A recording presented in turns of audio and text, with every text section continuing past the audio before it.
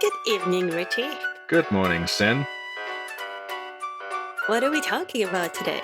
Today, we're talking about the influence or lack of influence of H.P. Lovecraft on Bloodborne, because it's a topic that has been talked about a lot, but we haven't had any real, I think, like, deep dives into it.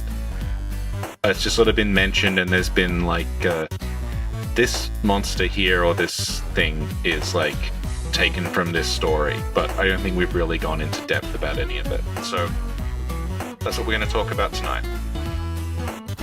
Can I start this podcast by putting my favorite Lovecraft quote on the screen? Yes, and I suspect that quote includes the line, "a spontaneous ejaculation of wonderment." You know me too well.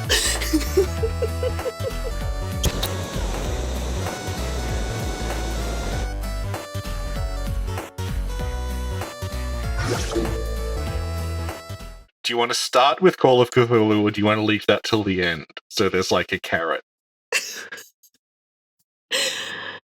Well, I'll be honest, I was listening to it on the bus, and you know how it's hard enough to sort of keep track of an audiobook, because like listening is different from reading when it requires concentration for certain things.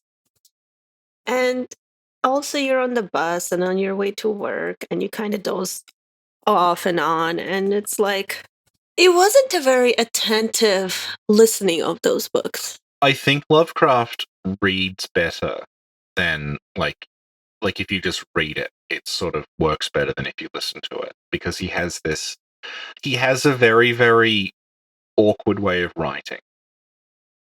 Yeah, I think so. And at times it's like hard to keep track of what's actually going on. Yeah, this is a thing where like people will criticize Lovecraft for the way because he writes in a way that is very, it's quite clunky, and he will often just have sentences that are just loads and loads of adjectives. Yeah. Like everything gets described with like 5 or 6 different ways. But like,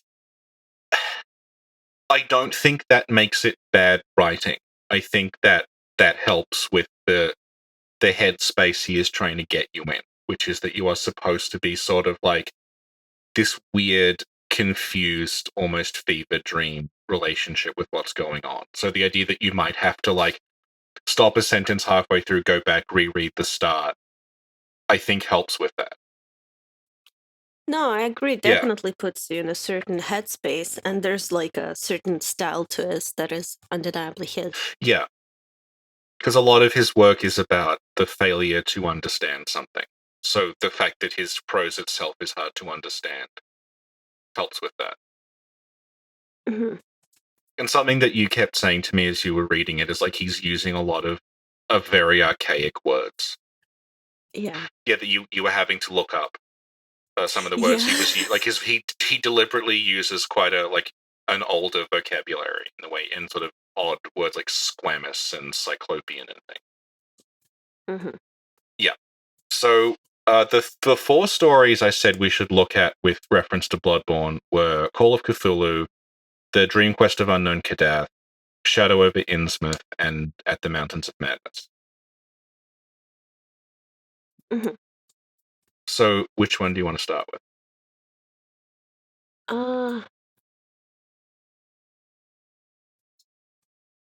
Shadow over that thing. The Shadow over the Thing.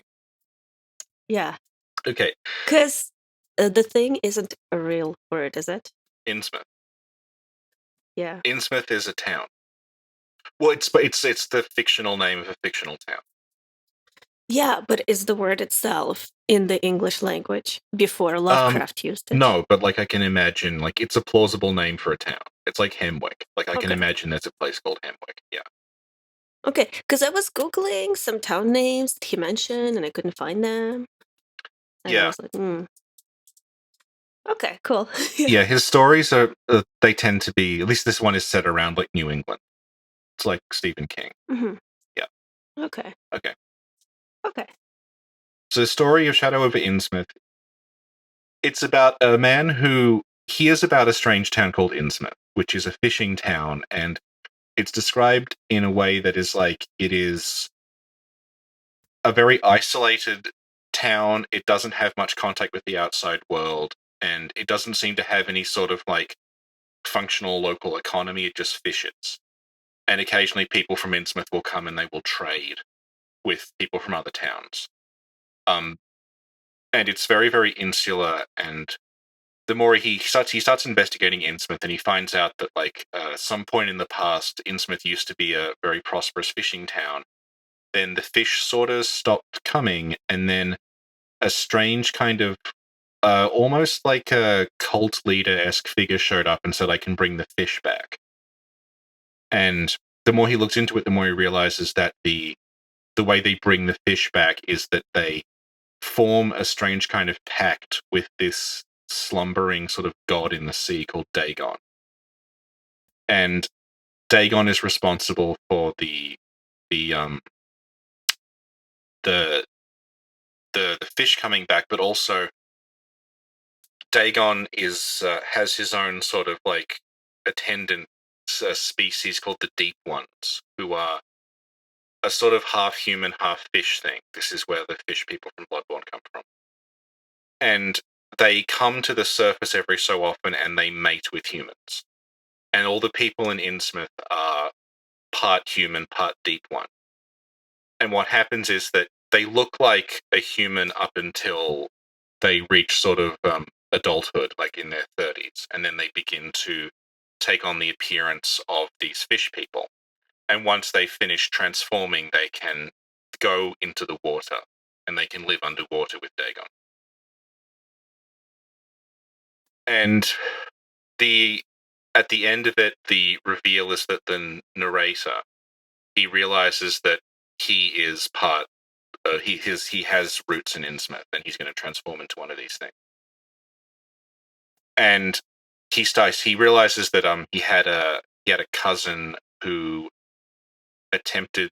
He had like an uncle who killed himself, and then a cousin who has been confined to an asylum. He realizes that the reason that happened is because they were starting to transform as well. And it ends with him realizing that I've got to go and like liberate my cousin from the asylum, and we're going to go and live in the sea together. Oh.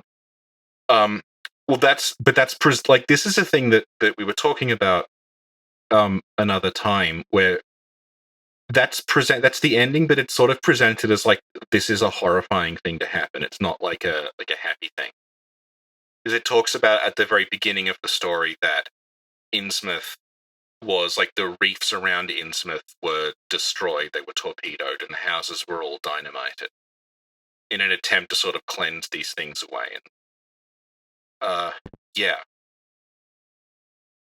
So that's like I think it's fair to say that they're not presented sympathetically. And the ending is meant to be like he has gone mad, not like he has liberated himself. And the Shadow over Innsmouth, it's influential on the fishing hamlet. The fishing hamlet just like straight up steals chunks of it, but also it's also influential on the city of Yharnam itself. How so? Because Yharnam is very much like Innsmouth in the sense it is this like isolated city. No one really knows very much about it. The people there are very, very insular, and they just appear to sort of like trade with the outside world, but other than that, they don't have any contact with them, and they're very inward looking. And there's a lot of sequences. Well, okay, firstly, they talk about in Shadow over Innsmouth that the people of Innsmouth, because they're part fish monster, they have what's called the Innsmouth look, which is like if you're from Innsmouth or you have like Innsmouth ancestry, you have like very large eyes that are sort of separated, and you have like quite like you have like fish-like features. You sort of look like a human goldfish in this unsettling way. And in Bloodborne, this is confusing because it's in some of the promotional material, but it's not in. They never use this term in the game itself. But the way that the people in Yharnam have like asymmetrical limbs and all these like fur on their faces, that's called the Yharnam look. Where is it called that? It's called that in. It's like the art book that you got with the collector's edition. that I have, okay. it straight up calls that the Yharnam look. So it's similar in that, in Innsmouth you have like fishy features, whereas in Yharnam it's more like a beast, sort of like our wolf-like features on you. And there's an extended sequence in Shadow over Innsmouth where the narrator is sneaking around Innsmouth, and there's like sort of like groups of these Innsmouth people chasing them, and it's very much like at the beginning of Bloodborne when you're trying to avoid the Yharnamites. Mm. But there's like these patrolling groups of Innsmouth people trying to like hunt them down, basically. Mhm. Yeah.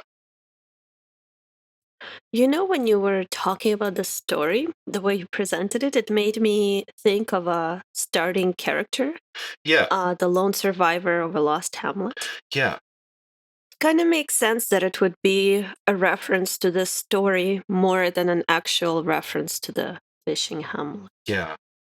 Well, the fishing hamlet it's almost like okay, well we'll get into we'll talk about the fishing hamlet and how that both is and isn't Shadow over Innsmouth, because I think that's important to stress, because what happened with Bloodborne is because the Lovecraft stuff's very overt. There was this take on it that was, it's just doing Lovecraft, in the same way that like you played Call of Cthulhu, didn't you, recently? Yeah. Yeah, there's a tendency for people to sort of interpret it as, okay, it's just like an off-brand Call of Cthulhu. Mm-hmm. But Shadow over Innsmouth and the Fishing Hamlet story are, I think, very, very different in a lot. Like, they're almost at odds with each other in a lot of ways. The thing about Bloodborne is that I don't think it's as Lovecraftian as a lot of people seem to think it is. Gasp. Yeah, to me, Bloodborne is more like a series of self-contained, like, just kind of gothic horror stories. That the cosmic horror Lovecraftian stuff sort of functions as a means of unifying. So if you take any one of those things away, and you could do it on its own, you wouldn't need to bring in any sort of cosmic horror or Elder God stuff. Like, the story of Cainhurst doesn't need the Great Ones if you just did it on its own. But the fact that you've got like Cainhurst and Hemwick and Bergenworth and the Fishing Hamlet and Yharnam and Old Yharnam and all these things together, those stories all individually, I think, don't need the Great Ones. But what happens is that by bringing the Great Ones into it, you have a way of sort of connecting all these things together by saying they're all connected to the Great Ones. So the story of the Fishing Hamlet, even though the aesthetic of it is lifted from Shadow over Innsmouth, what it made me think of more than anything is like a colonialist horror story, like a Mummy's Curse story. Because the story of the Fishing Hamlet in the game is that the hunters go to this, like, from their perspective, like it's a primitive place. And in the heart of it, they find this sort of strange, strange thing, that something that they haven't seen before, like a god, this cause thing. And then they defile that. And then the game basically happens because by doing that, they have trespassed, and this thing is coming for them. Like, it's coming to get them. So, Cos itself is a great one, but you could tell that exact story by just, like if you removed Cos from it, you could have it be like the creature from the Black Lagoon. Like, it's a story about a group of explorers, they go somewhere they shouldn't, they disturb something they shouldn't, and then the thing comes for them. It's the same with the Mummy. Like, the explorers go to, like, the tomb, they trespass on the tomb, they get cursed, the thing comes for them. And it's very overt in Gurman, because Gurman is haunted by this child, like the spirit of this child that he was responsible for defiling the mother of. Mm-hmm. So, that to me is what the Fishing Hamlet is, like, actually doing, and the Lovecraftian stuff is more just the aesthetic of it. But then they end up using, like I was saying, they use the fact that there are these elder gods and these cosmic gods to sort of unify, like, how the Fishing Hamlet story connects to a story that is made up of stuff from Dracula movies, which connects to a story about werewolves. Mhm. Yeah. Go on. I guess another thing in Shadow over Innsmouth that's going to come up repeatedly is that what is one of the reasons that the character begins to sort of think something is off about Innsmouth is that the people of Innsmouth are trading with other people, and they're trading this strange jewelry. And he makes a point of like, there's this jewelry, but the design of it is completely unlike anything I've ever seen. He's saying like, it's this jewelry, it's very finely made, but it's not in a classical style, but it's also not in a modernist style. I don't know what this is. And that's going to repeatedly become a theme in Lovecraft, which is that, like I was talking about, like the way that the sort of horror tropes in Bloodborne work. Like when Gurman is haunted by the orphan, and when Yharnam is cursed by Koz, they know exactly what's going on. They know exactly what they've done. Like Gurman knows that a child, like he did something horrible to a child, and now the child and the child's mother are coming for him. The people in Yharnam know that, like, not the people in the healing church, like they know that they know that they defiled somewhere sacred. Like they understand everything. But a common thing in Lovecraft is the opposite of that. It is that, like, I literally don't understand what's happening. I don't know what this is. This thing is incomprehensible to me. And that's another way in which it differs, because the horror in Bloodborne, like, up to a point, is extremely recognizable. Yeah. Yeah. Lovecraft makes a point of talking about, like, how he wanted to do away with specters and ghosts in his stories, in his horror stories. And the idea behind, like, a specter or a ghost is that it's recognizable as something. It's something that's returned.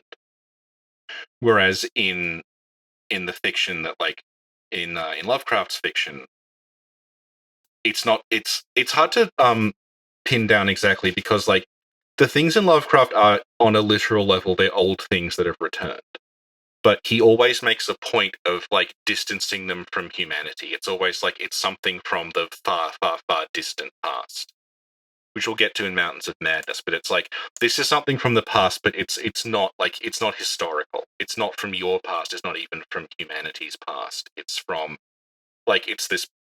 He's very into, like, it's Precambrian. It's like from, some point before the dinosaurs came into being. That's how old these things are.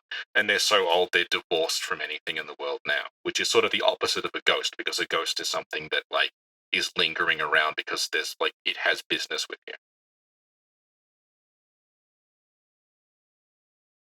So yeah, like, you have Innsmouth.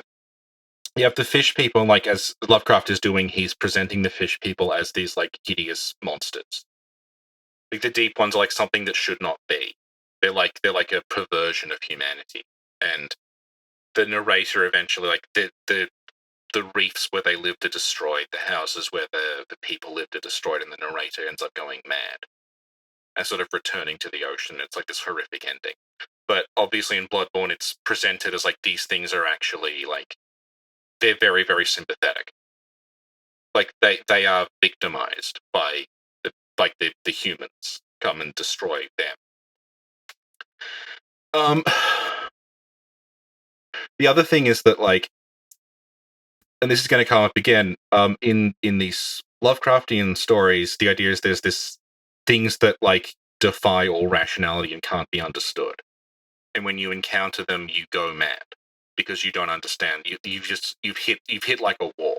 Like, it's like your brain just sort of blue screens. Like, I don't understand what this is. And the idea is like, well, you have to get away from this thing or it will destroy you. But in Bloodborne, you actually want to go toward it. You want to actually come into contact with these things because that's like a path to enlightenment, which is it's very, very different. And again, like the fish people in Bloodborne, they're not like degenerated former humans. They're not presented as that. They're presented as like, this is actually the next step in evolution. Like, you actually want to become like this. So the reason that people go to the reason Bergenworth are going to the Hamlet in the first place is that they want to like study these people. They want to find out what exactly about them makes them different from us, so we can try emulating that. So in a lot of ways, it is inverting what Lovecraft was doing. Yeah. So, do you want to do Mountains of Madness now? Because I think that touches on what I was saying before. Okay. So, Mountains of Madness, there's not a direct, like, analog in Bloodborne, but it's kind of similar to the Chalice Dungeons, I guess. In that it's about a group of scientists who find this strange sort of, I guess, like, unburied ruins, basically, in the Arctic. They've been buried for, like, millions of years. Yeah. And as they explore these ruins, they realize that this was once the home to a highly advanced species they just call them the Elder Things, that came from space and they created all life on Earth. And then the Elder Things, in order to help them build their civilization, they created this slave species called the Shoggoths, which were basically giant amoeba. And then the Shoggoths later rebelled against the old ones, the Shoggoths then rebelled against the Elder Things and killed them. And it's then revealed that there is still a living Shoggoth in the ruins, and they have to get out as quickly as possible while the Shoggoth is chasing them. And then one of them, as they're escaping from the ruins, one of them, the survivors, looks out of the plane window and he sees beyond the mountains where the ruins were, and he sees something there that sends him completely mad, but you never find out what it is, and he just sort of babbles about stuff. Mm-hmm. Yeah. So your favorite Lovecraft line was spontaneous ejaculation of wonderment. Mine is from this story, and it's Penguin Fringed Abyss.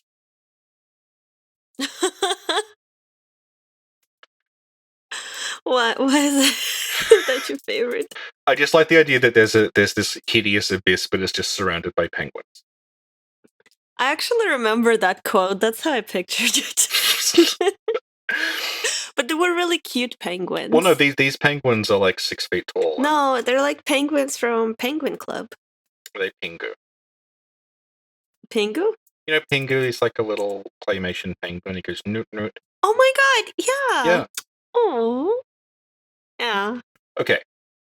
So, so this obviously is reminiscent in some ways of what happens with Bergenworth, where they find these old ruins under Yharnam and they discover that there's the Pthumerians under there that are like a kind of pre-human civilization, and that they were created by, we don't know if they were created, but they were used as slaves by the great ones like the Shoggoths are.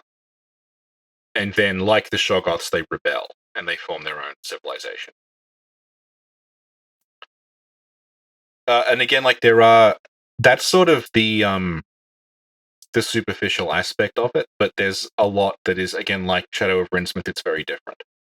So, like I was saying with Innsmouth, they repeatedly go on and on in Mountains of Madness about how, like, they're exploring these ruins, but these ruins are absolutely nothing to do with humanity. They're something that's completely distinct. So they say, like, repeatedly, where we are, this is, like, prior to the existence of any intelligent life on Earth. This is, like, millions and possibly billions of years old. And they talk about it in terms of, like, dinosaurs and fossils. And one point, there's, like, there's life here, but there's nothing as recent as, like, even a dinosaur here. It's just ruins. And it's so, like, unfeasibly ancient. Whereas the Chalice Dungeons are, like, the basement of Yharnam. Like, they're much more like a gothic crypt than what Lovecraft is describing here. And that, again, fits in with the way Bloodborne is doing things, because one of the big reveals in Bloodborne, which is sort of, like, kind of not communicated very directly, is that the Pthumerians underneath Yharnam are the ancestors of the Yharnamites. So, like, there's a direct historical and genetic and familial linkage between the Arnhemites and the Pthumerians. So everything about the Pthumerians is recognizable. Like, they look human. They have very human-like, like they just live in like a crypt. It looks like it's part of Yharnam. They have like the same sort of things in there that you find in Canehurst. They have the very pale skin that the Canehurst people have. They use blood like the Canehurst people do. They have a queen like Canehurst does. It's all like there's a direct connection there. But in Mountains of Madness, they're very, very clear, like there's no connection. This is just like an unknowable thing that predates all intelligent life. Predates humans, it predates dinosaurs, it predates anything. And what happens is that, like, they do at one point discover that the Elder Things did create humans. But it's not like God creating humans, like we've created intelligent life. It's not even like Prometheus or something, where aliens create humans or see well with human genes to see what happens. They're basically just fucking around. And they create all these strange things, and one of them things they create is just like this sort of hairless ape that they would sometimes like use as food, and they would sometimes just like they refer to it as like a buffoon. They just create this thing along with everything else. They don't think humans are special. So human civilization rising and falling it's like has nothing to do with the Elder Things. They were just sort of like humans are an accident basically in this universe. Which is different to Bloodborne, where like humans like are connected like directly to everything that's going on. Like they are kind of the center of everything. Even though Bloodborne does have these cosmic gods in it, it does still center humans and human history in a way that Lovecraft doesn't. Yeah.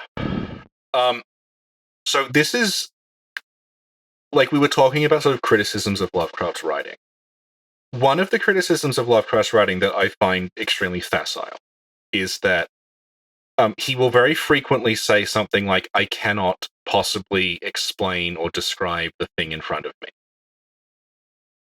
People treat that as like that's the literary equivalent of like a movie with a bad special effect in it, where in order to get around showing it, they just show it in the dark. Oh, yeah?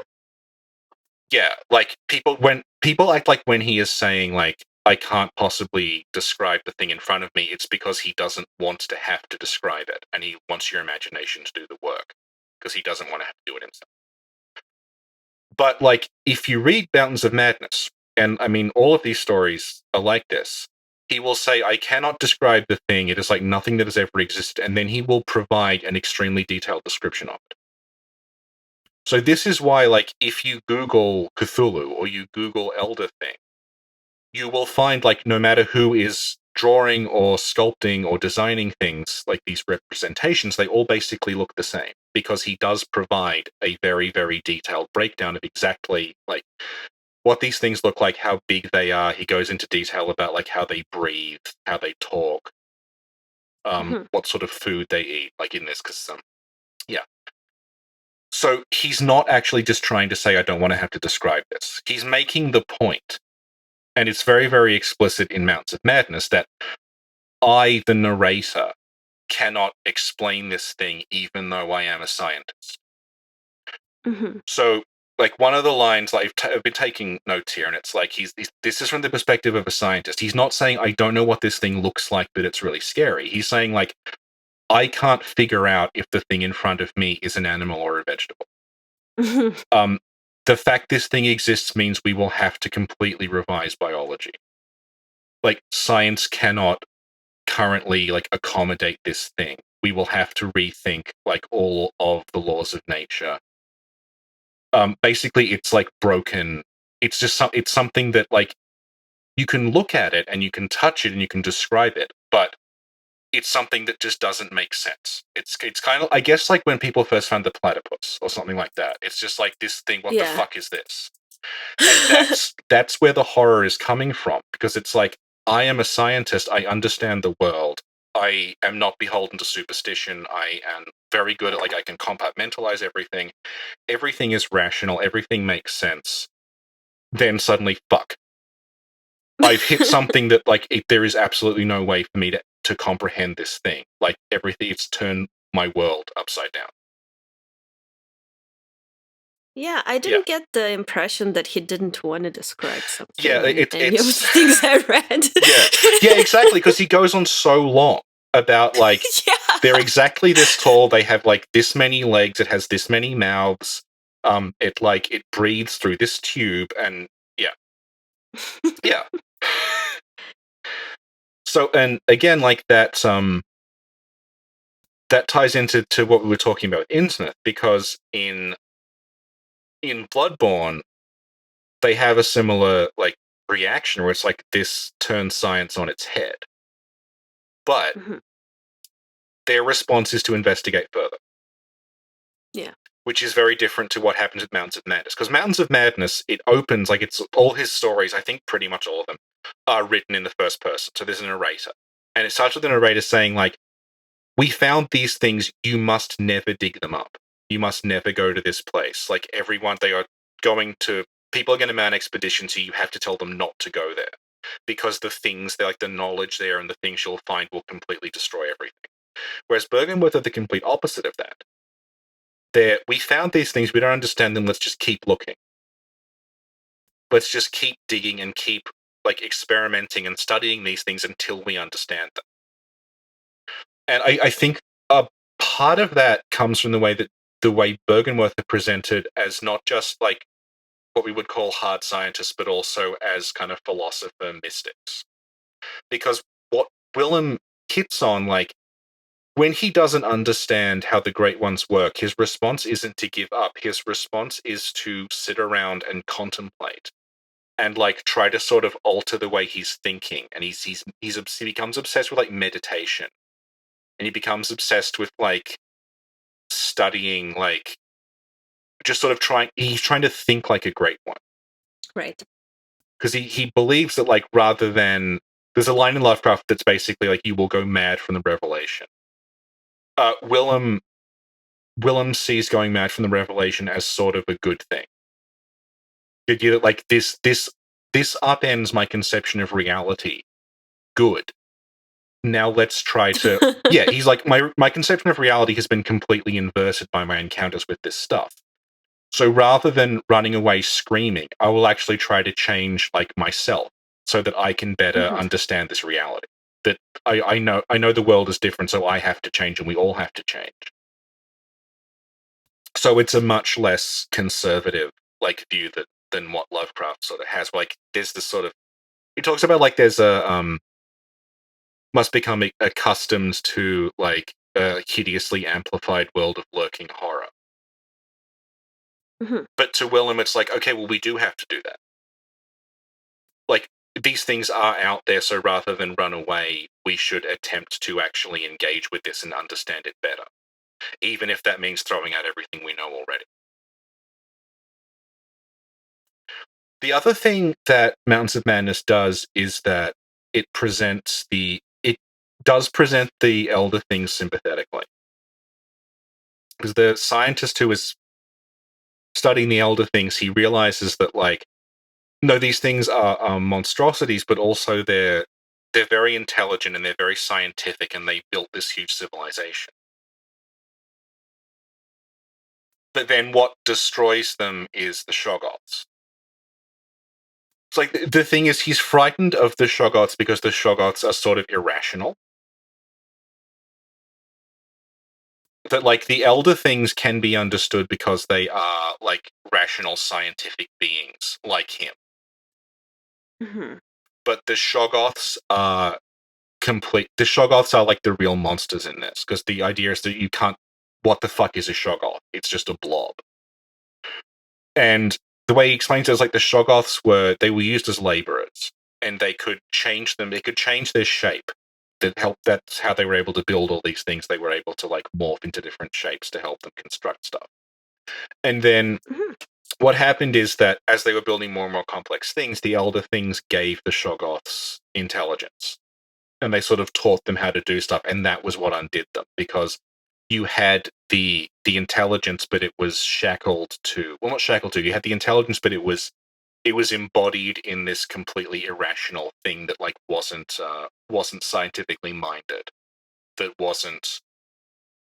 basically wasn't sort of like what the main character would consider to be admirable. Like it was like this power had been given to something that was sort of like dumb and violent. I feel like some people view our podcast this way. Yeah. Like, you're a great one, and I'm a Shoggoth. Well, I like Shoggoths. Another thing that they talk about in Mountains of Madness is that they bring up the concept of what he calls like unguided evolution and unchecked evolution, which is something that Bergenworth talk about. The way that there's that note that's like evolution without evolution courage. without courage, and I think the Japanese is more like sort of like a deviant evolution. Mm-hmm. So the idea, being that like that what's created life and what is sort of destroying it is the idea that evolution is happening, but there's nothing guiding it. Mm-hmm. Which is very Bergenworth. So finally, after 4 years after the game comes out, this note makes sense. Yeah. Good job, Richie. Okay, so we'll do Kadath now, because Richie, why did you ignore my good job to you? Like, absorb it. Because you've taught me not to take praise at all. Look, this is congratulatory clapping. Okay, thank you. I'm not sure I trust you though. Because it's like congratulatory clapping. It's like, why didn't you fucking tell us at the time? Congratulatory clapping.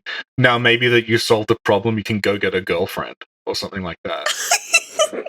The thing is, like, I've internalized your bullying to such a degree that you don't even need to say it. I just think it. You just think it? Yeah. Well, no. Okay, I'll be honest. It's not that you're thinking it. It's that, like, a lot of the times I'm thinking it and I don't say it. Yeah. So you're just psychically perceiving my thoughts. Yeah, that's one way of looking at it. So, Dream Quest of Unknown Kadath, I guess. We'll do that and then Call of Cthulhu. Yeah. Okay, so... What's a Kadath? Kadath is a place. Imaginary place. Well, it's an unknown place. Why is it called Unknown Kadath? Because it takes him a long time to get there. Dream Quest of Unknown Kadath is quite long. It's like a novella. Innsmouth, Mountains of Madness, and Call of Cthulhu are all short stories. Dream Quest of Unknown Kadath is more like a novella, and there's a series of kind of linked stories connected to this, which are called the Dream Cycle, and they feature a character called Randolph Carter. Yeah, it was a very long audiobook. Yeah. So how far did you get in it? I don't remember. I think I listened to all of it. Yeah. But it's all of the books kind of merged into this one big book. Yeah. Because they all seem kind of similar. Yeah. And, you know? Yeah. Well, Lovecraft wrote a lot. Mm-hmm. And the thing is, like, he was a jobbing, like, horror writer. Not everything he wrote was the stuff he is best known for.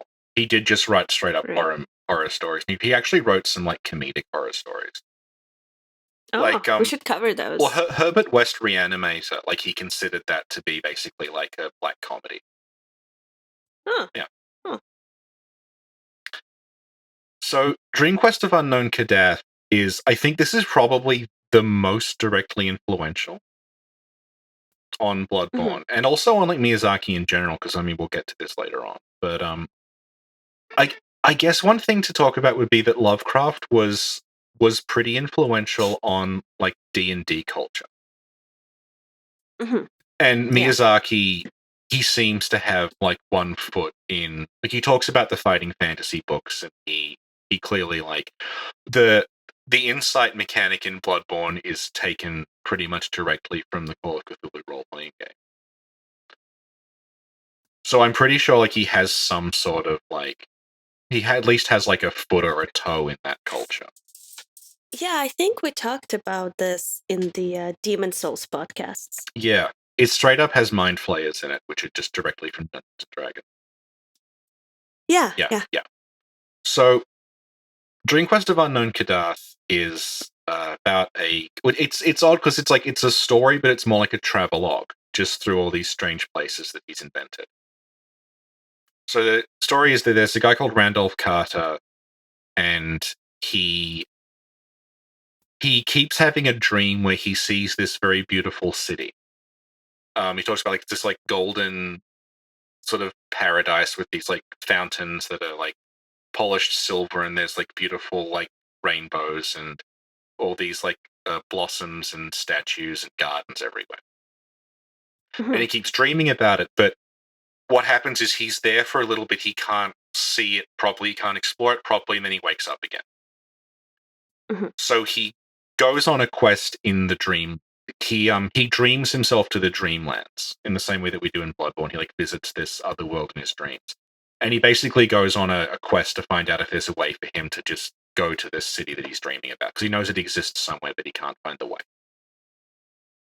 Mhm. And he's a very old man, and this place, he talks about it reminds him of his youth, and he wants to sort of move on and just live in this it's like a heaven for him. Sort of just wants to go to heaven at the end of his life. Yeah. The most overt thing here is that Dream Quest of Unknown Kadath very, very explicitly calls things the dream and the waking world, just like Bloodborne does. Yeah. And it also talks about how in the Dreamlands things are surrounded by clouds, which is exactly how the Hunter's Dream and the Nightmare areas of Bloodborne are all floating in the sea of clouds. Yeah. And he talks about how the reason he goes on this quest is he's like, well, in the dream there are these gods, and I can make contracts with them, and I can contact them. Which, again, Bloodborne very explicitly does. The whole idea is that, you can go into the Dreamlands and meet a Great One, and then you can actually make, an agreement with it. It's not something that can't be understood. Mhm. And while he is there, there's a number of just sort of strange creatures in the Dreamlands. Like I said, it's like a travelogue. So he'll just sort of he travels on a boat. There's these islands of clouds in the dream, and he gets on a boat, and he just goes basically from island to island. And he meets a lot of monsters there. One of them is the Gugs, who are they're explicitly referenced in Bloodborne. Gugs are these enormous sort of hairy monsters that they have. What makes them distinct is that their mouth is vertical. It opens vertically.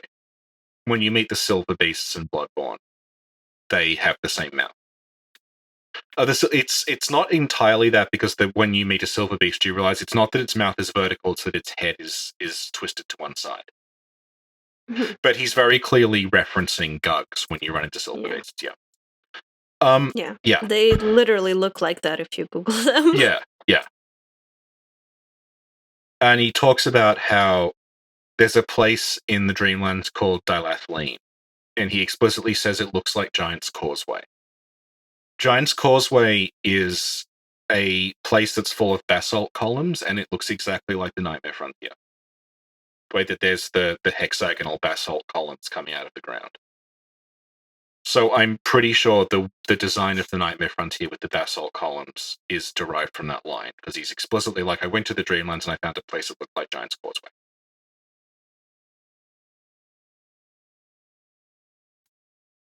Yeah. And now another really, really overt connection here is that when he's in the Dreamlands, he talks about how there are these things called the Great Ones in the Dreamlands, and they sometimes have children with humans. Yeah. And that there are people in the Dreamlands who very explicitly have the blood of the Great Ones in them. And that there are sometimes people who will kidnap the children that the Great Ones have with humans and use them as hold them hostage and try to get stuff. So that's pretty much the exact plot of Bloodborne. Yeah. Yeah. Pretty much, yeah. Yeah. So this is what I mean about, like, Kadath is... This is the most directly influential. A lot of people went for Cthulhu, just because Cthulhu kind of looks like a Briatus, but Yeah. yeah. And I guess Cthulhu is the most popular one of his. Yeah, his work taken together is referred to as the Cthulhu mythos. Mm-hmm. Which has led some people to think Cthulhu is, like, the most important thing. He's not really. He's sort of like a... I don't know, like a B-tier monster that, like, just happens to live on Earth, but because the story's kind of, like, revolved around that, it became called the Cthulhu mythos. Mm-hmm. But Cthulhu himself is, like, not that powerful or important. He's just a dude.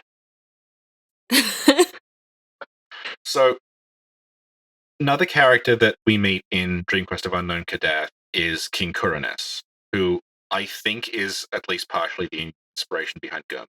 Oh, yeah? Because it talks about how Kuraness is this very old man who has dreamed himself to the Dreamlands. And he's had this, like, pretty shitty life, but he romanticizes his childhood. So what he does is, when he's in the Dreamlands, because he's been there so long, he can affect what is there. He can sort of, like, lucid dream when he's there. And he dreams up a replica of the place he used to live when he was a child. And he starts dreaming up, like the village that was nearby and everything, to sort of endlessly live on in nostalgia. Mm-hmm. Yeah. Which is very similar to the way that, like, Gurman is in a replica of the old workshop, and it's like a nice version. There's, like, the fire's going, everything's very well kept, and he's got his doll of Maria to keep him company. Whereas if you go there in the real world, it's all just been burned down, and it's, like, decrepit and covered in spiders and everything. Yeah. So that seems to have been the influence, I guess, that, like, Gurman, like Kuraness, he's like this old guy, and he's sort of at the end. Like, this Carter is the same too, where it's like, I'm sort of at the... I just sort of want to live somewhere that, like, the world is shitty, so I'm going to escape into a dream that's sort of nostalgic for me. Yeah. You know, when you said endlessly live on in nostalgia, it made me think of Dresine. Yeah. I was thinking of Ready Player One. Ready Player One, which, if you described it to me, I'd think was a horror film, but is apparently family adventure. So, that's kind of it for the Bloodborne influence. But there's two things in Kadath that have ended up in other Miyazaki games, which is why I'm saying, like, there's probably he probably spent a lot of time looking at role-playing stuff. The first thing is, there's a species called the Night-Gaunts, who are basically these, like... They're basically the Batwing demons from Dark Souls, but they don't have a face. And if you know your Dark Souls, like, concept art that was, like, sort of used to promote it, but then not in the game, one of the designs they almost went with was, like, a gargoyle woman, was like a female body kind of gargoyle thing that didn't have a face. And it looks pretty much like a Night-Gaunt is described. If you were trying to make, like, a Night-Gaunt waifu, you would end up with this thing. The other thing he talks about is the old monk in Demon Souls is a reference to him. People call him, like, the King in Yellow, and the King in Yellow is a separate thing. But if you look at Dream Quest of Unknown Kadath, it talks about how, like, there is a priest in this land that he wears a yellow silk mask over his face, and he lives in a stone monastery, which is very similar to the old monk in Demon Souls, the idea of this, like, this old priest in a monastery, and he's covered in yellow silk. And it's important to note that, like D&D tangent, but Mind Flayers from Dungeons and Dragons, I've talked about, like, they're derived from Lovecraft, but they're not. They were, like, developed independently. They just happened to sort of hit on the same set of ideas. Which is that it's like a guy with a squid for a head. Because they look a lot like Cthulhu, but if you know your D&D history, it was completely different to that. It was the design of the Mind Flayer was... It came from... it was like a skull someone found that had a tree root growing inside it. So it was this skull, but it had these roots coming out of the mouth. And they sort of designed the monster based on that. It became like a squid-headed person. So I guess we'll move on to Call of Cthulhu now. Yay! Call of Cthulhu! Oh no, only an hour. Okay, this is actually going quite well. Yeah, because I'm tired and Yeah. not talking, and so I can't give you crap and take you into tangents. You did read Call of Cthulhu, though. Yeah. I didn't read it, I listened to it. Okay. So... Yeah, I listened to all of them, yeah. Okay. So, do you want to talk about Call of Cthulhu? Okay. What do you want me to say about it? We've been through this. Okay. You're better at summarizing things. Okay. I'm better at clapping and giving you crap. Okay. So the plot of Call of Cthulhu is that it's his uncle, I think, dies. His uncle is a professor, and he leaves behind these sort of strange things that he was studying.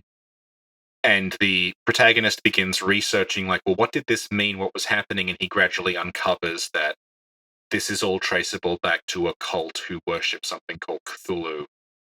And then the more he looks into it, he discovers that actually the Cthulhu is a sort of alien entity that dwells in a city called R'lyeh that is somewhere in the Pacific Ocean. And there is, at one point, some sailors actually found R'lyeh. They went there, and they somehow woke up Cthulhu. And Cthulhu is actually there, and Cthulhu, he ate...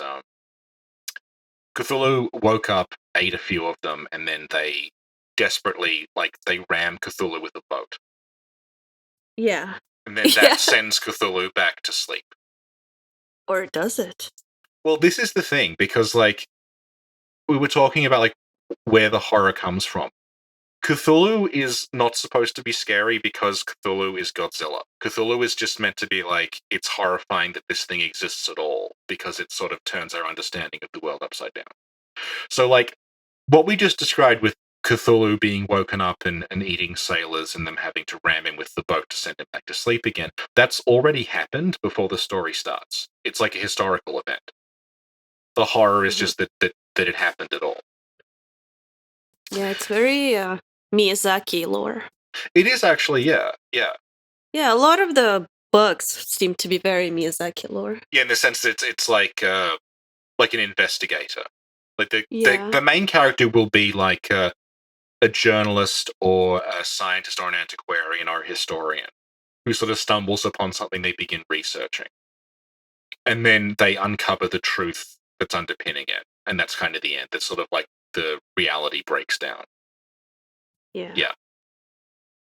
So in Call of Cthulhu, Cthulhu himself, I'm assuming most people listening to this know what Cthulhu looks like. But as we were saying with Mountains of Madness, Lovecraft does provide a very, very in-depth description of what Cthulhu looks like. So everyone sort of knows at this point what Cthulhu is. Nerds wear Cthulhu stuff everywhere. There's Cthulhu all over the internet. You can buy a plush Cthulhu. You can... There's an indie RPG where you can play as a cutesy Cthulhu who saves the world. There's all these little riffs on Cthulhu. Yeah, you can even get a knit Cthulhu scarf. I kind of want one. It's really cute. Yeah. Yeah. Yeah, everyone loves Cthulhu, which would no doubt utterly horrify Lovecraft. But yeah. So, the way Cthulhu was described is very similar to Ebrietas. In that, Ebrietas is this sort of vaguely humanoid, sort of gooey thing with these sort of kind of... it has wings, but it can't really fly. And it's got this huge, its head is covered in these sort of polyps. Cthulhu obviously has very long tentacles. Ebrietas has polyps, but other than that, it's again, it's Ebrietas is sort of if you were to design Cthulhu, but then leaning more into Bloodborne, having these maternal themes to it. If you tried to make a sort of maternal version of Cthulhu. So Ebrietas is kind of she sort of has breasts, and she's yeah. Ebrietas was pretty heavily waifu'd when she came out. Yeah. because she does have she has like a noticeably female form to her. Yeah. Yeah. It's also an influence on the way that Amygdala looks. The way that Amygdala has the sort of head of these like undulating tentacles that comes down. Yeah. And that's notable because, like, at different points in development, Amygdala and Ebrietas were meant to be the big reveal. So the idea of like the big reveal of the game being something that looks a lot like Cthulhu sort of fits with this. That you would get to the end and you would find this thing. Yeah. One of the things that happens when the protagonist is researching into the Cthulhu sort of story is that he talks about how like there was an outbreak of madness. And during that outbreak of madness, sculptors and artists created these sort of impressions of something that looks a bit like Cthulhu. Like they would catch it. So that's like, again, if you go into Bloodborne, it's just full of all these statues that look a bit like either Ebrietas or Amygdala. The idea being that like people didn't actually see these things, but they were sort of like sensing their existence. So you see, like, it's all over Upper Cathedral Ward. There's these statues. It's like, it kind of looks like there are statues everywhere that have like one or two of the design elements of Ebrietas or Amygdala, but the rest doesn't match. So you see like almost like a sphinx body with an Amygdala head, or you'll see like a sort of hunched over like blob shape that looks a bit like Ebrietas. You see like Ebrietas shaped things with human heads, and I think the idea that's what they're getting at is that people's got a hint that these things exist. They didn't quite know what to make of it, and they just sort of like in this weird fugue state sculpted these things. If you look at Bloodborne this way, where you kind of think that these things permeate the human mind, the statues make a lot more sense. Yeah. And again, like going back to the idea that this is not human history. This is like older than that. They find a Cthulhu statue and they're like, I wrote down the script. It's like, this is totally separate and apart. Its very material was a mystery. It is nothing familiar to geology or mineralogy. Like, we don't know what this is. When there's like a Cthulhu sort of chant these people do that's very guttural. It's like, Aya, Aya, Cthulhu Tagen. And he's very specific, like, this isn't a language. Like, I don't understand any of this. He says it's like, he describes it as uninscribable gibberish. But like, this is not a recognizable language at all. It's just these strange noises. Are you sure that was the language? Because in my version it went. Well, maybe you're the great one and I'm the Shoggoth. That is what's happened, because you've given me this podcast platform that I didn't ask for, and now I'm destroying it. Oh my god, yeah. So actually, yeah. Yeah, and the Shoggoths keep imitating people's voices, and that's what you keep making me do with your fanfic you've written. Oh man, so you heard it here first, folks. Because the general impression is that you're the great one. Yeah, no, I'm the Shoggoth. Yeah. I'm a nightmare column of iridescent blackness. We turned this podcast lore on its head. And again, like when they get to Rillier, Rillier is described similarly to the Chalice Dungeons in that it is like a tomb where the Great Ones are sleeping. And like Cthulhu is sleeping, and they make a point about like these things are technically dead, but they're still dreaming, which fits with the way the Chalice Dungeons are described, where like the Great Ones are down there, and they're in a tomb, but they're still technically like something about them is conscious. They're still sort of alive, but they're also dead. There's a famous line from it that's like, "That is not dead which can eternal lie." So the idea is like, yeah, they're sort of not dead. Like they're in a tomb, but their consciousness sort of persists, which is very similar to the Great Ones. But like Mountains of Madness, they make a point about like, even like I can describe this thing as a tomb with tunnels, etc. It's absolutely nothing to do with human history. They say, like, this is, I've written it down, it's horribly remote and distinct from mankind. And it says, like, this is something of which our world and our conceptions are utterly apart. So it's like, it's just nothing. Like, this is, there's a quote that describes Cthulhu as, like, this is not from the book, this is from a review of it, where it's like, Cthulhu is a monster, but it's a monster in the sense that it's like if you look at monsters, they will have some connection to humanity, like a werewolf or a vampire or something. It's like Cthulhu is that, but it is more like a giant fossil. It is just like this ancient thing that has nothing to do with you, that predates you, that's coming back, which is very distinct from traditional sort of gothic monsters. So, like, I guess, like, to sort of wrap it up, like, as I was saying, like, if you can get any individual kind of story from Bloodborne, like, Canehurst is a story about, like, vampires, and you go there into Haunted Vampire Castle. You have, like, the Old Yarnum, which is, like, this outbreak of a plague that turns people into animals that start, like, ripping each other apart. You've got, like, Bergenworth, some people go into a tomb where they shouldn't go, and there's, like, a curse, and then you've got, like, Fishing Hamlet. The scientists and explorers go somewhere where they weren't supposed to go, and they anger the gods and everything. And, like, those stories, I think none of those need the cosmic horror aspect that Lovecraft brings to it. They are completely, and, like, Hemwick, it's like it's a weird place full of witches. They do ritual Bible.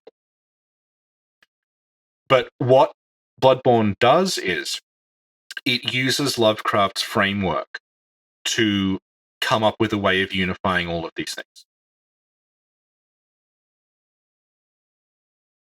So it's like, it's a Lovecraftian universe in which gothic things happen, is my take on Bloodborne. Yay. Yay. Bravo, Richie. Thank you. You did an excellent job. I think the past few podcasts that are going to be released, but they have been recorded, are going to be very on point, because I am super tired these past few weeks and extremely allergic to Corvo. Oh. Yeah. I can't clap and scream as much, you know? I'm sure you'll find the strength. Okay. Maybe for the next podcast. Well, you did it last night when I... Did I? I pronounced the name Uspiensky incorrectly. Oh, you're right. I said so Uspensky, it comes not in bursts. Uspiensky, and then... Yeah. Wait, like, what did you say? I was saying Uspensky, and you were like, it's Uspiensky. But in such a way that, like, I had completely pronounced it like it was, like, pronounced it like Fred or something. No, but you're still mispronouncing it, because it's something in between the two. Yeah, it's a Russian name. Yeah, it's not Uspiensky. You have to remove the sound and just go Uspiensky. Uspiensky. Yeah, Okay. like, it's normal, because, like, English speaker often add like yeah sound where there is none, because I think that combination of letters, like, spia, does not exist in the English language. Yeah. So, but you're actually pretty good when I ask you to pronounce Russian words. Are we going to have, like, an episode that's you teaching me how to pronounce Russian words? We are now.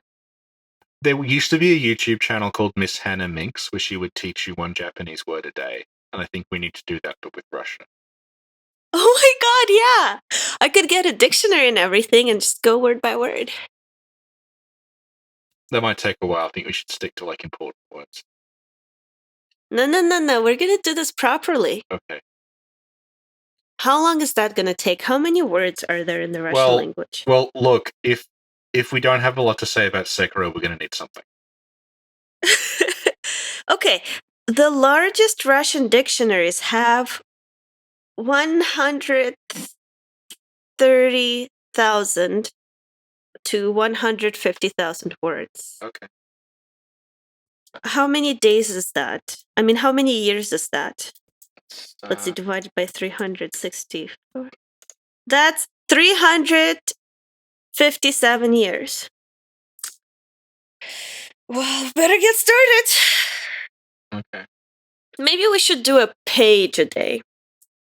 Do you want to do one that's like you can just read out a Russian dictionary, and then people can splice the audio together to make it look like you're sending someone a message?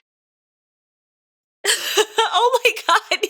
Yeah, you should like make your own Sin insults Richard thing, where it's just you can read out a bunch of insults, and then you can give people the audio files, and they can put them back together. Yeah, remember soundboards were really popular at some point? Yeah. And you'd have like a Bioshock soundboard and like a Fallout soundboard. I think you're forgetting the best one. Which is that? Which was the kindergarten cop one. Oh my god, yes! Yes! And then people would call others and like prank them with the soundboard. Who's your daddy and what does he do? Yeah! Yeah. That is a great idea. That is a deep cut from the early days of YouTube pranks. Yeah, I remember those days. Do you want to start doing YouTube nostalgia? Another podcast? Why not? I think it's more like the same podcast, you just give the episodes different categories. No, I actually really like this one, because, I think kids today need to know about the angry video game reviewer trend of Ort 7. Yeah, does YouTube nostalgia exist already? I feel like it's something that should exist. Let me go on YouTube and YouTube nostalgia. I was talking about the game dude with someone earlier. I'll have you know that he was rude and crude with attitude.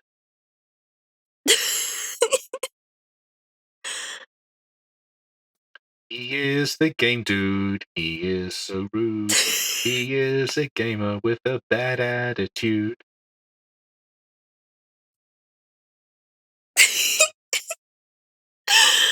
Oh, Richie. Yeah. So I see various videos that are nostalgic or talk about nostalgia, but not an actual podcast that encapsulates everything.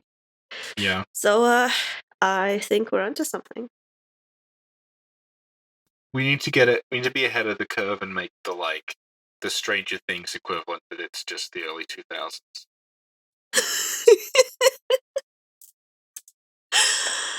Yeah. Yeah. Yeah.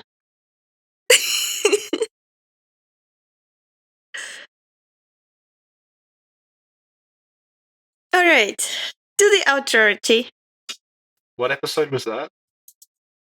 I will tell you. Let me go to my notepad.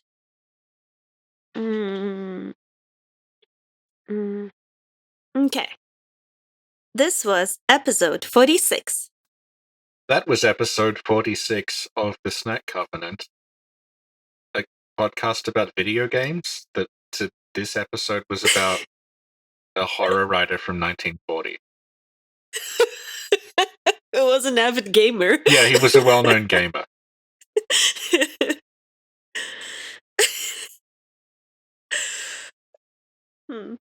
He would have been a great gamer. I can imagine him being banned from Twitch.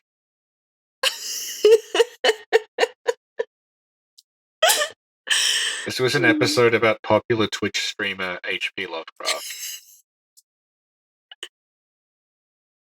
Because people won't listen to the end. So I guess this is the part where I can confess, the thing I confessed to you a few days ago.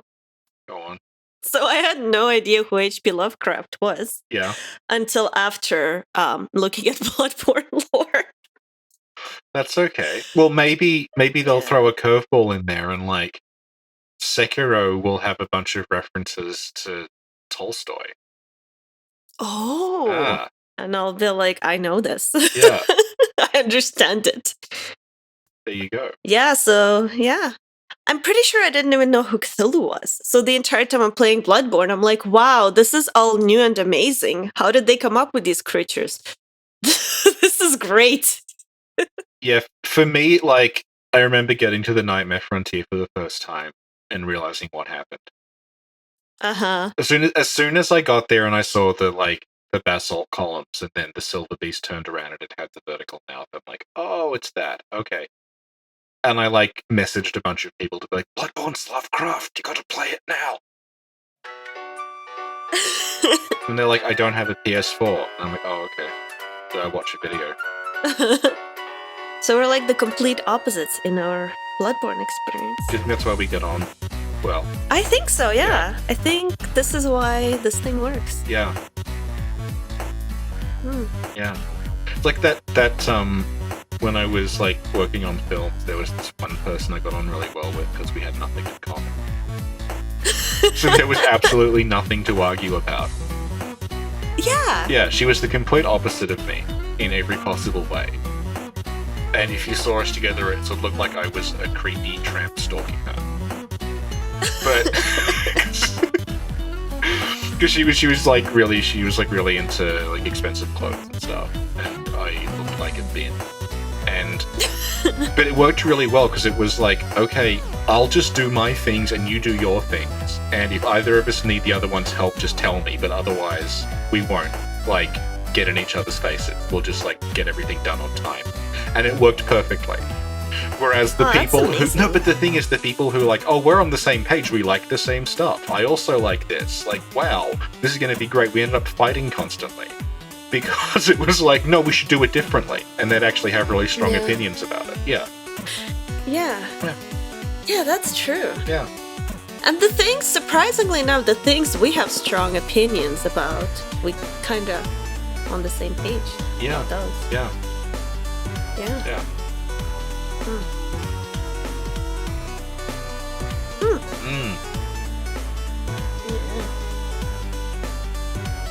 Oh, another thing. Go on. A couple of days ago, Richie told me what HP stood for. I didn't, when you hear HP Lovecraft for so many, when you hear it so many times, you don't think to be like... I thought his name was actually HP. Like, I don't know, it never occurred to me to look it up. And then when you told me his name, I was like, oh, HP stands for something, right? Yes. Yeah. Yes. Number 1 lore hunter right here. Yeah. Bloodborne's HP stat is a reference to HP Lovecraft. Do you want to have a podcast about how the HP stat is referencing Lovecraft? Okay. Alright. What Patreon tier will that be? I think this is beyond patron. Yeah. Alright, I guess that's it. Okay. I guess that was the outro. Okay, good. Yeah. Can I stop recording now? Okay, you can press stop now. Yeah, me too.